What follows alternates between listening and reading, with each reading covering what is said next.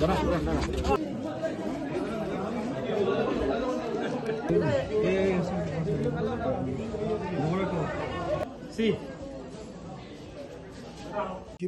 গোটেই ৰাতি হিংসাত্মক ঘটনা সংঘটিত কৰিছে। শিৱসাগৰত বিজেপি দলে গোটেই ৰাতি যি হিংসাত্মক ঘটনা সংঘটিত কৰিলে তাৰ ফলস্বৰূপে আমাৰ কৃষক মুক্তি সংগ্ৰাম সমিতিৰ ৰাজ্যিক সম্পাদক বিদ্যুৎ শইকীয়া, অসমীয়া জাতিৰ এজন সম্পদ বিদ্যুৎ শইকীয়াক বহুত মাৰপিট কৰিছে। এতিয়া আসাম মেডিকেল কলেজ ডিব্ৰুগড়ত তেওঁ ICUত ভৰ্তি হৈ আছে। তেওঁৰ অৱস্থা খুব বেয়া। মই অলপ পিছতে যাম। বহুত প্ৰাণজিৎ গগৈ বুলি এজনে দুখ পাইছে। কালি 16টা এনেকুৱা ধৰণৰ মাৰপিটৰ ঘটনা সংঘটিত হৈছে। আনকি মই থকা ঠাইতো বহুত বিজেপিৰ গুণ্ডা বাহিনী আহি হুলস্থুল কৰিছে। আমি শিৱসাগৰত এনেকুৱা অগণতান্ত্ৰিক অৱস্থা মাৰপিটৰ ঘটনা কেতিয়াও দেখা নাছিল। গোটেই ৰাতি আমাক কাকো শুবলৈ দিয়া নাই, চবকে উৎপাত কৰিছে। মই অসমত গণতন্ত্ৰ ৰক্ষা কৰিবৰ কাৰণে চৰকাৰক আহ্বান জনাইছোঁ, মুখ্যমন্ত্ৰী শান্ত হ'বৰ কাৰণে, উন্মাদ নহ'বৰ কাৰণে। চৰকাৰ পৰিৱৰ্তন হ'বই। এইবাৰ অৱধাৰিতভাৱে পৰিৱৰ্তন হ'ব, বিৰোধীৰ চৰকাৰ হ'ব। গতিকে উন্মাদ নহ'বৰ কাৰণে মুখ্যমন্ত্ৰীক মই আহ্বান জনাইছোঁ। জ্যেষ্ঠ নাগৰিক বহুকেইজনে কিন্তু ভোটদান কৰাৰ পৰা বিৰত থাকিল, মানে বঞ্চিত হ'ব লগা হ'ল। নিৰ্বাচনী আয়োগৰ এটা মোৰ খুব বেয়া লাগিছে যে আমাৰ ইমৰান শ্বাহ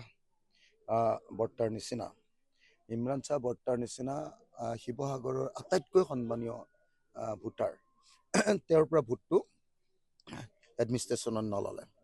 এডমিনিষ্ট্ৰেশ্যনে বিজেপি চৰকাৰৰ নিৰ্দেশত ইলেকশ্যন কমিশ্যন অফ ইণ্ডিয়াই যিবিলাক মানুহে অপজিশ্যনত ভোট দিব পাৰে বুলি ভাবিছে তেওঁলোকৰ পৰা ভোট লোৱা নাই।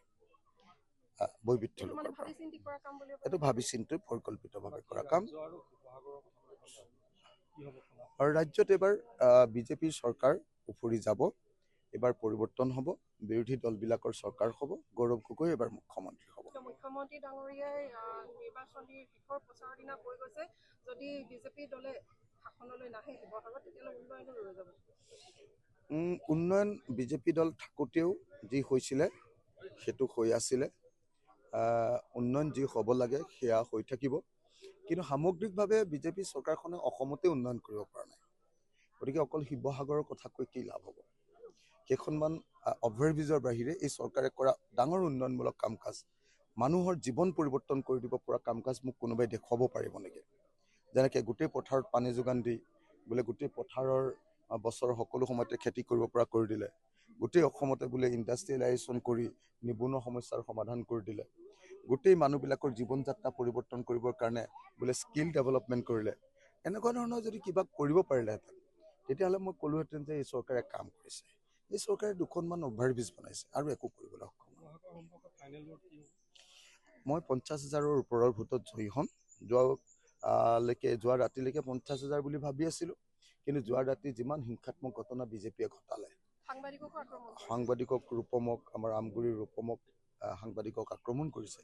গতিকে এইটো দুৰ্ভাগ্যজনক। শিৱসাগৰ শিক্ষিত মানুহৰ ঠাই, চিভিলাইজ ভদ্ৰ মানুহৰ ঠাই, সভ্য মানুহৰ ঠাই। গতিকে মানুহে এবাৰ বিজেপিৰ বিৰুদ্ধে ভোট দিব।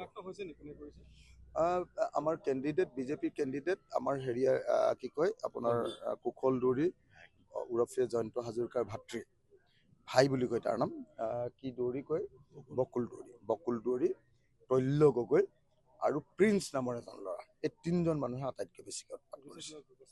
পুলিচক FIR দিছোঁ, মই DGPক জনাইছোঁ, মই চিফ ছেক্ৰেটাৰীকো জনাইছোঁ। দেখা যাব।